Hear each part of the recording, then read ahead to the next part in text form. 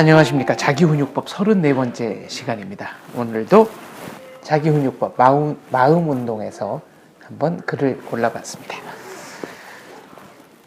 자, 오늘 들려드릴 글의 제목은 고난, 역경입니다. 본문 읽어보겠습니다. 환생을 통하여 우리의 영혼이 진화한다. 영혼의 진화를 이루기 위해서는 반드시 고난과 역경이 필요하다. 고난과 역경을 이겨내기 위하여 인간은 생각과 마음과 몸을 쓰며 지혜를 만들어낸다. 고난과 역경을 이겨내며 몸과 마음의 힘을 키우게 된다. 고난과 역경이 없는 삶은 영혼을 진화시킬 수 없다. 고난과 역경이 없이 삶이 진화되지 않는다.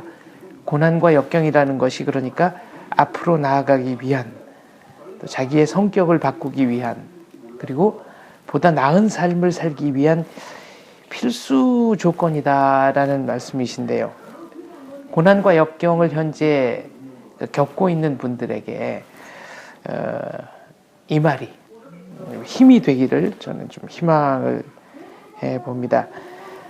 중요한 것은 같은 일이 계속 벌어지는 것, 같은 잘못이 자꾸만 반복이 되는 건데요. 이것을 끌는 이것이 이제 고난과 역경으로 이어지는 경우가 많죠. 저는 이 악순환의 고리를 끊는 가장 좋은 방법 중에 하나가 본인이 바뀌는 것이 아닌가 합니다. 성격을 바꾸라는 것이죠. 성격만 바르게 교정해도 불교식으로 말하면 전생에 업이 없어지고, 업이 없어지면 자연스럽게 운이 열리는 것은 아닐까, 그런 생각을 합니다. 같은 잘못을 반복하는 것보다는 이렇게 타고난 성격, 본인의 단점, 이런 것들을 교정하고 바꿔나가는 것이 인생을 가장 보람되게 사는 길은 아닐까 하는 생각을 한번 해봤습니다. 많은 분들은 운명이라는 게 정해져 있는 게 아니냐, 사주팔자, 손금 이런 거 타고난 게 아니냐, 이제 그런 식으로 말씀하신 것 같은데요. 아무리 그렇다 해도 자신을 바꾸는 것은 자신의 인생의 품격을 한 단계 높이고 자신의 인생의 품격을 보완하고 수정하는 길이 아닐까, 이런 생각을 한번 해봤습니다. 네. 다음 글도 한번 읽어보겠습니다. 치료, 교정이라는 글인데요. 네. 원문입니다. 발음, 피부, 치아, 뼈 등을 고쳐주는 여러 종류의 치료원, 교정원이 있다. 자신감, 건강, 삶의 질을 높이기 위해 사람들은 자기의 약점을 교정한다. 하지만 무엇보다 성격을 치료하는 마음 교정원이 필요하다. 마음을 치료하고 생각을 바르게 교정한다면 표면적인 삶의 질만이 아닌 자기 내면의 질, 나아가 운명의 품격도 높일 수 있다고 본다. 미래에는 성격 교정원이 많이 생겨날 터이다. 몸이 아픈 것은 우리가 금방 알아차립니다.